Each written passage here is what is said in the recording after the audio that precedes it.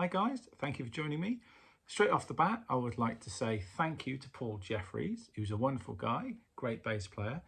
Him and his wife Jane put on local jazz gigs in some lovely venues around the Cotswolds and Oxfordshire and all that business. And I did one last Wednesday at the Cirencester Jazz Club. And it's a ticketed event. All of the events, people bring their own wine and stuff like that. Oh, well, on some of them they do, not all of them actually, I should say. On the Cirencester one, they actually run a bar. And it's in the Corinium Museum, which is right in the town. And usually I can get a parking space, but I didn't this time, so grr, never mind. But a little while ago, I asked Paul, because I'd been playing as a sideman there. I've known Paul for 3 or 4 years. And very graciously, he books me on various gigs with various, front persons that come down from London or from wherever, singers, sax players, trumpeters, whoever, the front person is. And he's got me on some of those gigs in the trio with him on bass. And I asked him if I could possibly do one of my sort of jazz quartet gigs with him on bass at the club. One of the clubs. Anyway, we did one last week in Cirencester last Wednesday, the 16th of July. It went really well. We had about 50 people, I think, and the room was full. It looked amazing. I was happy. And this project, people have been asking me what it is. It was before COVID, like years before COVID. I've always had this sort of side project that I will do where I'll get good friends of mine together, jazz musicians that I trust really, really implicitly. And there's, not just one, there's, 1 or 2 piano players, 1 or 2 bass players, 1 or 2 sax players or a guitarist, like every person in the team in that quartet, apart from me, has got a dep because I need to get them because these guys are all busy, they're all professional players. And what I used to do was just kind of book some gigs, and I used to call it history of the jazz drummer or something like that, And it sounds a little bit like a lecture, doesn't it? But the idea was to pick a set list of eclectic styles where the drums are really at the fore. So we could pick maybe something like the tune Sidewinder by Lee Morgan, which is like a straight feel, a bit like, the sort of Pulp Fiction kind of bit go-go-ish or whatever, if you imagine those cage dancers in all those 60s films giving it all that business in miniskirts and stuff. Woo. Yeah, that sort of vibe. Then something like more Dixieland or traditional, like How High the Moon, played more like Gene Krupa in a Chicago style near the rims and stomping bass drum, things like that. Then going into something like Dave Brubeck's Take 5, where we sort of do the head in 5, standard, and then after the head, the boys keep vamping, and then I start playing a little solo, and then I start phrasing in 4, and then the band peter out, and I keep this 4/4 like drum and bass thing going, and I've got my Roland SPD SX, and I trigger various sub basses and different sort of sounds, and then John Paul gets on his synth because he gets off the piano, so he gets onto the synth, and all of a sudden we take it into another realm altogether. And the same thing with Footprints. I discuss that. I tell the audience about the song. It was on Adam's Apple, and it was by Wayne Shorter, who wrote the piece, obviously. He also played it with Miles Davis on Miles Smiles, which is a very different version, which like goes into 4, like a fast Latin, and Tony's drumming on that. Tony Williams, it's just sublime. It's amazing. And I play it to a click within ears, obviously, and it comes from the SPDS. And I explained that, in the 90s, we had this crossover of, DJ sampling jazz, bands like Us 3 and Guru, and, the acid jazz movement coming in and taking some of these loops and these samples. So I start with a sort of semi sort of Latin Tony-ish thing. We play the head as is, and then maybe the first solo stays like that, maybe go into swing as well. I'll do the double time, the double time swing. It can go wherever it wants to go, really. That's the beauty of this band. I think you're getting that from, what we do with the tunes. And then eventually I hit a loop, and it becomes this sort of New York hip hop type thing, like the Guru vibe and stuff like that. So Jazzmatazz, very Alan Partridge, Jazzmatazz. Yeah. And then we'll do something like Speak No Evil, again, Wayne Shorter. That could be just strictly Blue Note style, keep it as it is. But again, if one of the guys goes off on a tangent, it's all good. So you can see that with this, the idea, and then obviously we do a pseudo Latin thing. You know, that could be anything from like Wave to Black Orpheus, and we double the time. And it's just showing how the drums and the rhythm section, and obviously Cantaloupe Island or Chameleon, things like that as well. Red Baron, yeah, I'm just naming loads of tunes now. But you know, the set list can change, and we do a cool little version of Olio by Sonny Rollins, where me and Matt Sibley, the sax player. Let's talk about the band very quickly. Got Matt Sibley on tenor saxophone. We've got John Paul Guard on keys, so it'll be piano and synths, and synth bass and all that kind of thing. Paul Jeffries on electric bass and upright bass, jazz bass. Myself on drums. If I was like Prince, I'd say Rob Bryan, whatever. And I'd take on my SPDS. He was like the fifth member of the band. And during that Footprints, it's great because I've got those, oh yeah, and can you dig it? Like all those samples that I punch as we're playing those tunes, you know. So that's kind of cool, which takes you right back to that period where actually me, Matt on sax and John Paul on keyboards that was the time when we all first met, when all that stuff was kicking off with the brand new heavies and, as I say, Jazzmatazz and all that stuff, Galliano and Incognito, all that shizzle was kicking off. So that's what the quartet is. So a lot of people, when I explain it to them, they dig the idea, that's fine. But when they come and see it, they just like, it's mental. It just goes off on one. And that's the idea. Because jazz at the end of the day was always about change and moving forward.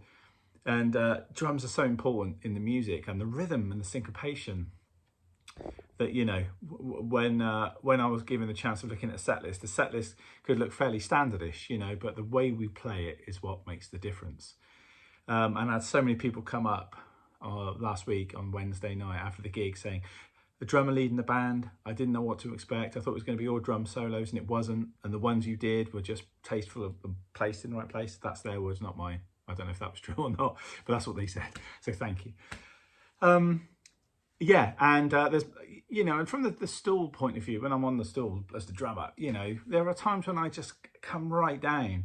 You know, it's not all about bombastically leading the band as the drummer and, you know, trying to be Art Blakey or Buddy Rich or Shelly Manne, Libby Belson, Joe Morello, anyone, you know, who's had moments leading their own bands, Tony Williams and stuff.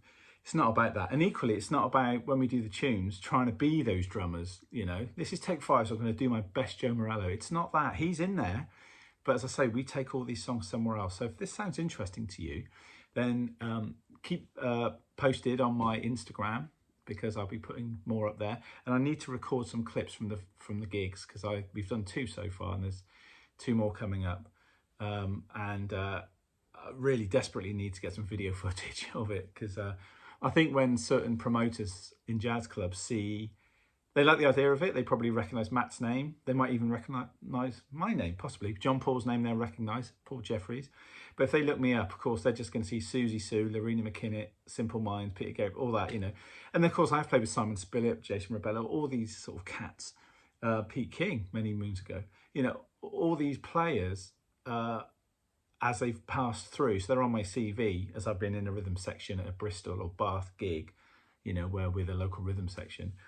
But they're not the names they see first, you know. So I'm having minor difficulties trying to convince jazz club owners that don't know me that I'm not going to go in and play punk drums and think I'm just getting away with it playing jazz. I'm a jazz drummer first. So, but if you are out there watching this and you do run a jazz club, or you know someone nearby that runs a jazz club, that, you know, we've got to get the boys paid in the band. So, you know, it's not for exposure, but, you know, it's not for completely nothing either. You know, it needs to be a reasonable fee. Then if you're interested, then do let me know, get in contact. And we'll see what we can do, because I'd love to travel this around, because I know people get off on this idea. So yeah, that's enough about that. That's 10 minutes talking about that. Woo. Exciting though, because I love that band. And I don't do enough jazz playing, really. Certainly not leading it from the drums like that, where I suddenly kick off into something different. Take 5 might even go into 7, things like that, you know, it just goes all over the place. But it's nice to be able to make those decisions when I'm the band leader. So it's not all about the power, is it? No, it's not. It's about the expression. Now, another thing I'd like to talk about, so really that should be a video on its own, I guess. But anyway, another thing I want to talk about is something that dawns on me every time I play a jazz gig, actually. You know, when you're playing a lot of, you know, your professional career with, like for me, Lorena McKinnett and Susie Sue, those sets are set in stone, if you like. There's not a lot of variation. Any variation you do on something is liable to put the band out, possibly. You know, suddenly improvising a fill isn't always the correct thing to do. They're organised shows. And sometimes the lighting, you know, not always, but there are particular tunes where the lighting is affected by the music and the rhythm and the drums. So if I suddenly start doing something else because I felt like it, you know, other people will be like, hang on a minute, that cue for the lights is ruined now because you don't go dagga dagga bosh. You went blah blah blah bosh. What am I supposed to do with that? The lights go gaga gaga at that point with you. So it's that role is something different, which we can talk about another time. But on a jazz gig, you know, there's always moments where, you know, you're thinking on your feet and you make a move and it might not go right. So you think, is that a mistake? And you think, well, the old adage is you do it twice and it's not a mistake, but that's not what this is about. So you do it, and what do? You know, your choices here. Stop time for a minute. The whole band stop, and we're like this. Plus the audience, mid pint or mid yawn. Anyway, what are our options? Right, one, we can go, oh my God, that's awful, I've ruined the gig, oh God, oh God, oh God, or aliens, aliens, aliens. Or, you know, do we go, okay, interesting, noted, keep that in the scrapbook, I need to work on that, you know, that's on the list of things to do. Or do we say, haha, oh well, let's keep going because there's more music to come? I've done all three, and there's probably more, but keeping this short. I've done all three at different times. Definitely, without a doubt. I'm not going to lie. The third one is the option that I think most professional players train themselves to do. You flag it up, you're aware, you work your way out of that problem. Now, I could give you a billion scenarios here, you know, dropping a stick, you know, it could be anything, missing a stab, the band, you know, you should have stopped and you're still playing. Oh, you stopped the cymbal, the band are back in. Oh, I've missed that. Well, you know, there could be umpteen different things. You could fall off your drum stool even. Probably not, but so there's all those different scenarios. But the thing is, what I realised that as I've got older, I can let those things go. Because if you think about it, if we do want to think about one of those other ones, we think, right, that's ruined, the gig's ruined, blah, blah, blah, then instantly your brow is furrowed, your kind of creativity's eyebrows are furrowed. Everything's going downhill now. What could have been a great gig, one little moment that really probably no one really noticed but you, and if they did, well, that's still fine, that's okay. But you remember, you're on a stage with, well, if it's a big band, 18-piece big band, or if it's a quartet like mine, you're on stage with 3 other people. You cannot now play below your par. You have to keep going. So the positive thing is to go, right, noted, yeah, bit of a moment there, bit of a wobble. Maybe I do that every time on that song. Maybe I need to practice that. Maybe there's something I can do in my own practice time to put this right. If not, it was just a stumble, great, but you have to move on. Because a lot of students ask me what you do. And yeah, it can be devastating sometimes, especially when you're leading your own band. You don't want to do it for anybody, whether you're a sideman or the leader. But it's going to happen. It's going to happen. I've seen people do things. I've seen, you know, drummers. I've never saw Buddy make a mistake, but I did see, and you see clips of people dropping sticks, you know, running out of drums, you know, that excitement I talked about when Vinny or Billy Cobham or someone is really playing and they sort of miss something, but it doesn't matter because they're in the moment. Tony Williams too, he'll do that thing where he turns his head to the side and you know that means but he's still creating, he's moving forward, he's clocked that and he's moving forward. So these greats, apart from, well, these greats, learn from them. I was going to say something else, but learn from them.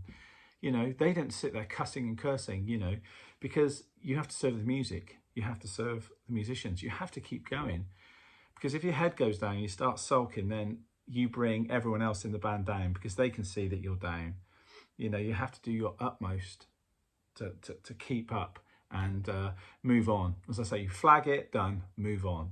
In a studio, that's a different environment. You can go back, you can re-record, you can punch in, you know, and record along with what you did before at the same temperature, which is kind of difficult, but you get used to it. And then you can punch in and they, you know, like, yeah, okay, we've got, yeah, that's brilliant, we've done that bit.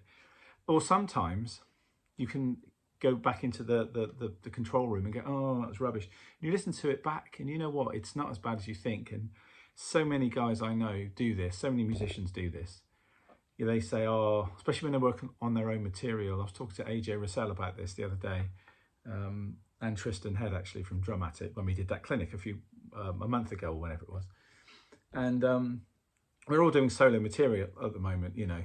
Some people are more successful at getting it finished than me at the minute, but there'll be an update on that soon.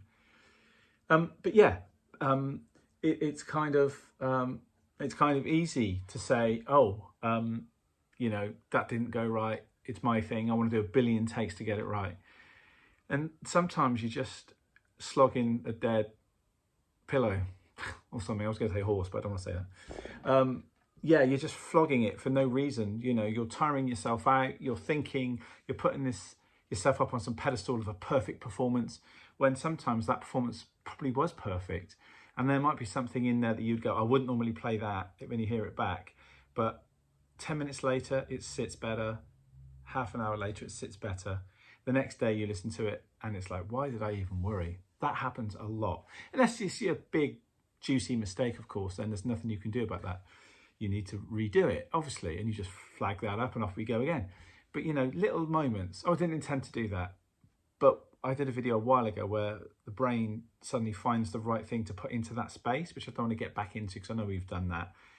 Another drummer, Jamie, took a leaf from that book and did a video on that too. That was good, mate. I think I've mentioned that.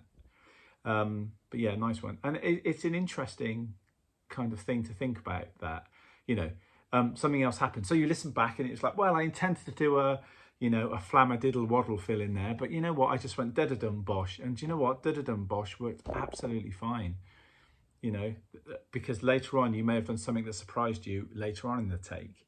And that happens with me a lot. And I think this can happen if you're a beginner. It doesn't just have to be intermediate to advanced. You know, you can do this at any stage of your career. It's like when I say to people at clinics, when we talk about building phrasing and stuff, if they only know the classic, you know, semi-quavers around the kit, then if they've got 4 top toms, you know, snare, 2 toms, rack toms and a floor, come from the floor tom back to the snare. That's routine 2, because 1 is going down, descending. Then we can ascend. Then we could go snare, 2nd tom, 1st tom, floor tom. There's bar 3. We go 1st tom, snare drum, 2nd tom, floor tom. You see what I'm saying? And then, of course, we could break those 4 notes up into 2s. Da-da, bum, bum, da-da, bum, bum. So we can go around the 4 drums within 2 16th and stuff like that. You know, you can start building phrasing really easily, even with that basic, what we used to call the Hawaii 5/0 theme fill. If you don't know what Hawaii 5/0 is, get on YouTube and look for it. Look for the 70s version. Don't look for the more modern version. But the theme has got that, which I think was Hal Blaine, I think. We don't know for sure. Maybe it was, maybe it wasn't. Leave it in, drop it in the comments if you do know. So yeah, so that's what I'm thinking. And this goes across the board of not just drummers, any musician out there, whatever instrument you play, just trying to get into this mindset. As I say, if it's in the studio, you can work on that. If it's live, you've just got to let it go. You can't get that second back, you know, which some people say, oh, that makes it worse because it's out there and I can't put it right. It's like, no, it's done and it's gone. Now it's up to you to spend the rest of the gig making it right. You know, don't let your tail go down, because if that happens, then, you know, you've lost the gig, you've lost the audience, you've lost your band members, and you get depressed, and there's nowhere to come from that. You know, and there's a lot of musicians that struggle with, you know, mental health, me included. We all do. You know, we're all trying to be the best all the time, do the best we can, but you know, there's a level and there's a sort of par we can reach, which we have to be confident that we can do most times we sit down. And if we can overreach that sometimes and push, that's brilliant.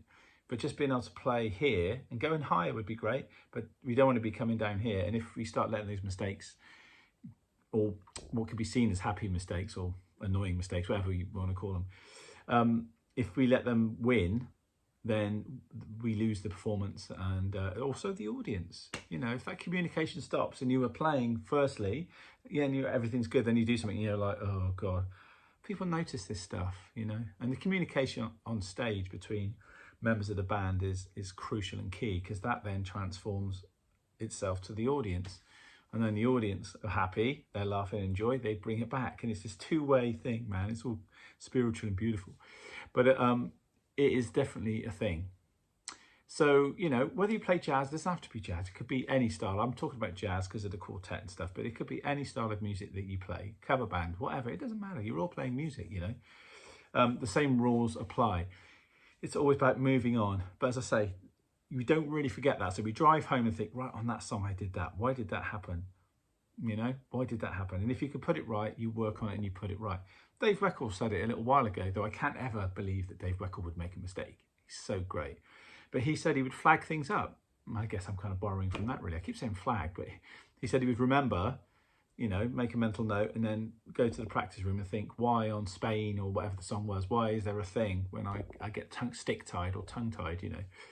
So anyway, something to think about. And I think it's important for people to hear, because we all make mistakes, you know, whether they be happy little ones or big girt ones, as they say around here. But it's how you get out of them, which is really important. And do you know what? Sometimes when a mistake happens, they're just laughing at it. If you drop a stick and it's all a bit like, and everyone's watching, you know, so what? It is quite funny. Embrace it, enjoy it. I've done that before. I put my hand up and gone, yeah, that was me. Picked up a stick and carried on, you know. I did something that was, I can't think what the mistake was, but I can remember what I did. My reaction was getting off the stool and doing this for a second and sitting down and carrying on, which is a bit sort of like over the top, but it was just funny. It was a talking point and a memory. I can't remember what I did though, or maybe I missed something and didn't stop with the band or something, I don't know. But sometimes you just got to go, yeah, that was me, and own that little mistake. But let me know what you think about all of this, because it's such a, you know, I'm trying to make it into a short video, but it's so many things we could talk about, and I actually do talk about it in my mentoring as well. So if you're interested in that, then you can give me a ring or drum lessons, because we're heading into the summer.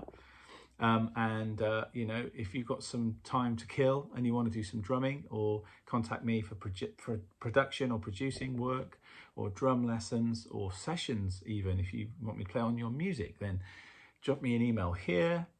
Or drop it into the comments down below and I will get back to you, because I've got no touring in the summer, so I'm up for doing some work. So if you're around and you want to do some stuff, let me know. Okay guys, thanks for watching. Please like, share, subscribe, all that usual stuff. As I say, if you've got something to say about this, please leave it in the comments. I'll get back to you as soon as I can. And what day is it? It's Monday, so this will be going out tomorrow, Tuesday. Have a good week. I'll see you again on Friday, all being well, with another video. I should let you know what's been happening with Little Men and other things as well, because there's been sessions galore going into the night and everything. So anyway, take care, guys. Speak to you soon, and have a groovy Monday/Tuesday.